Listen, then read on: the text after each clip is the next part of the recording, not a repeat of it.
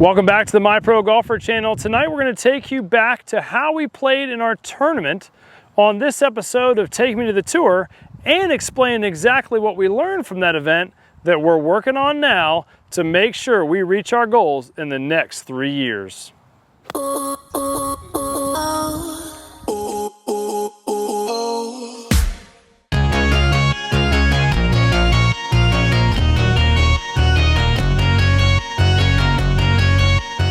Hey, thanks for watching today's episode. Here at My Pro Golfer, you know we like to keep things simple.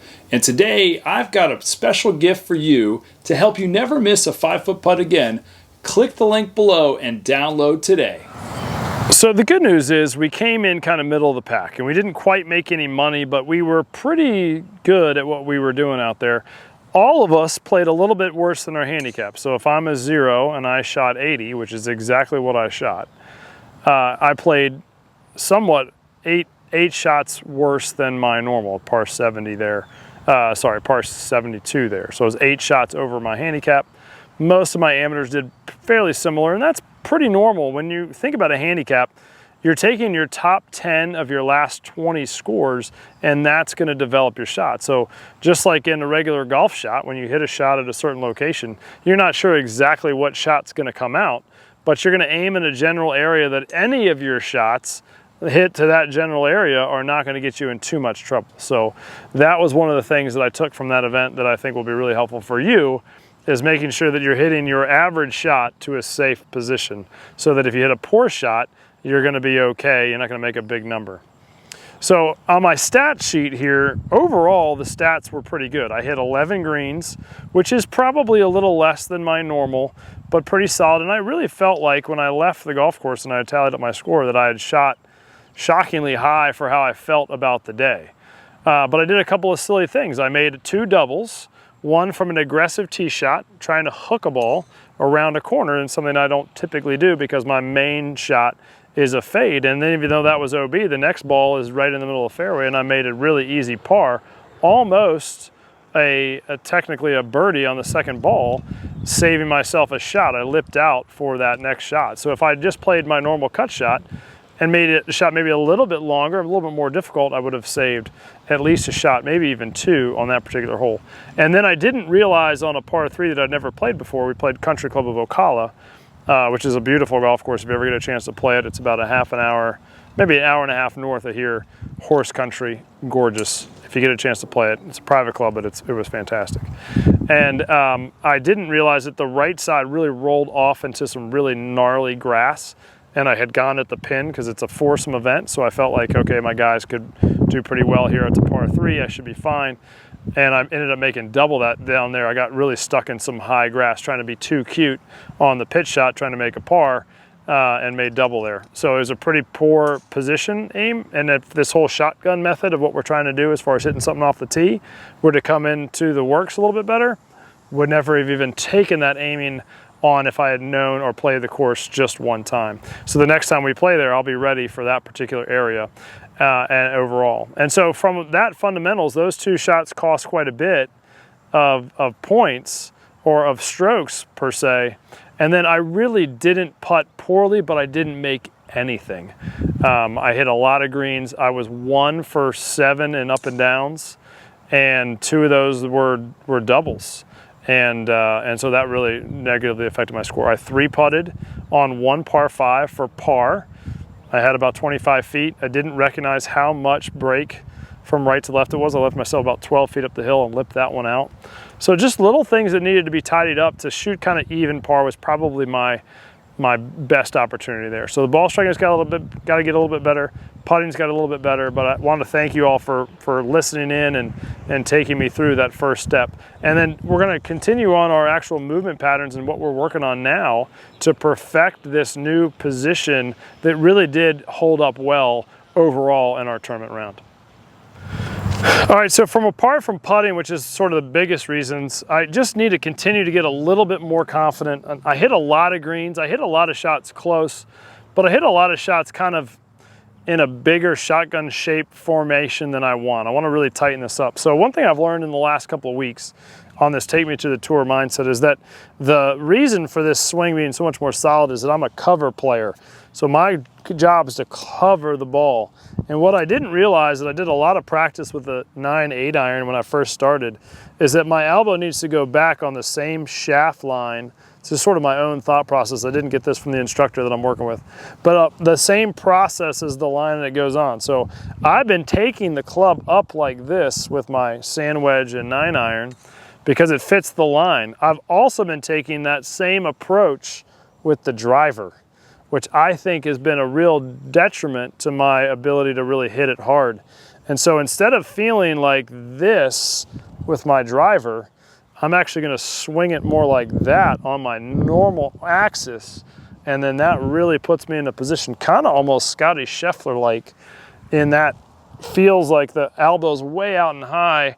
And as I get stacked and push off my left leg, my swing plane with my driver is much more around versus steep. And so I'm gonna look for that tonight as we videotape this. So let's just go through the setups. I've gotten significantly closer in this position here. I'm gonna do pitching wedge, I'm gonna do 8 iron, and I'm gonna do driver, or 3-wood for you tonight, or actually probably hybrid tonight, to get you the feel and the sensation of what I'm working on. So I'm getting much closer. My hands are much more under. For me, it feels like this. Okay, so just know that I've worked really hard to get close here, even though it may not look on camera like it's super close. And then from there, I'm trying to get the right elbow to lead everything and bringing that club up with the elbow on the same plane that it is based on my body. So here we go, first swing out the gate with this feel. And just the crispness of that sensation, it just creates this high little cut. When I went and got fit the other day, they were saying that this swing is probably a little bit toe deep. If you look at my divot there, I'm kind of coming into the ball just a little toe deep there, which creating a little bit of a cut into this wind.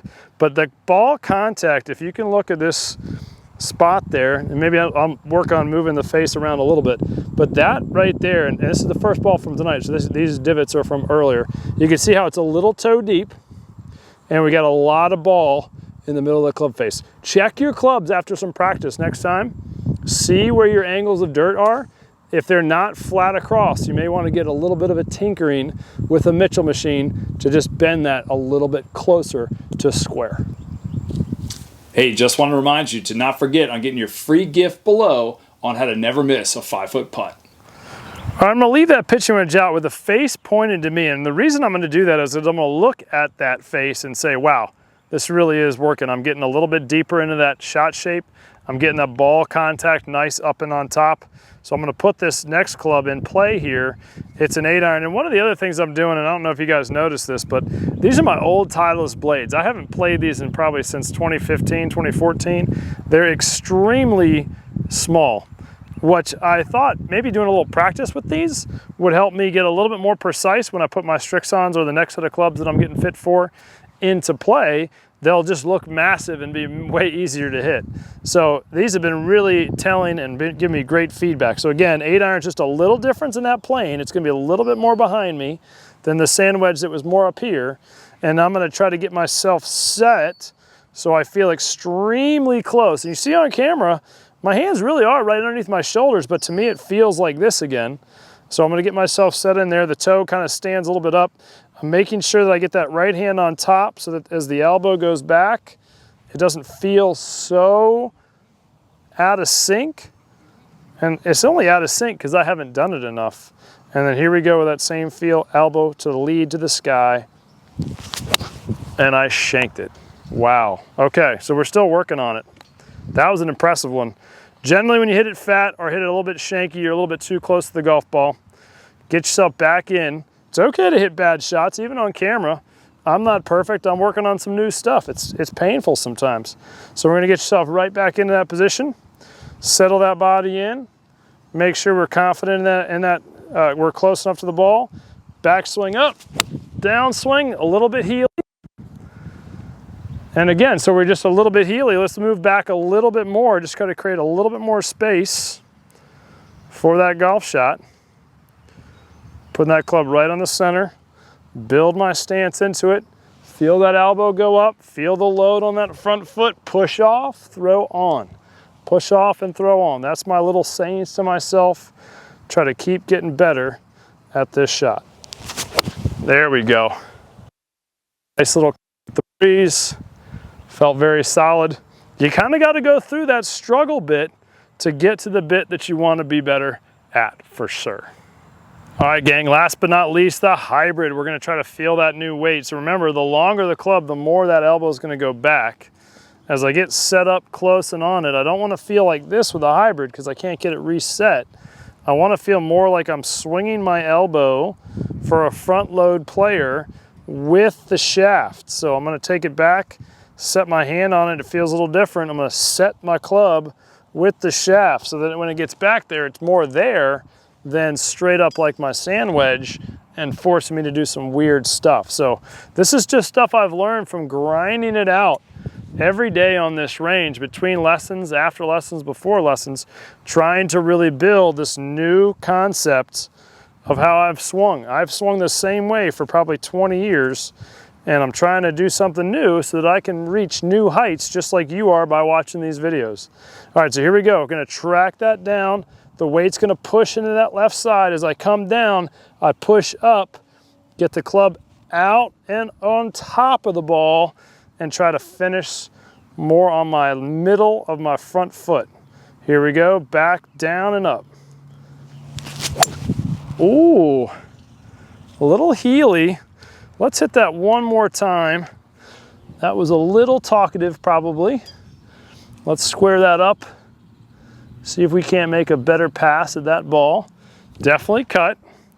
Definitely wasn't super solid, but understanding what I need to do is come in each and every swing. There it is right there. So hopefully you saw the differences in those two swings. One was probably still a little here, one was probably a little bit more there, and it just created a better movement so that I got a little bit of divot in that strike, and I'm a little bit more in the middle there. There's a piece in the piece of grass, so I'm catching that ball right in that center spot, which is exactly what I've been looking for, to be more penetrating with the club face, to get the ball launched better and higher and spin with more control. Gang, I hope this was helpful. If you liked it, like it. If you like it, subscribe. We'll see you next Thursday at 6 o'clock.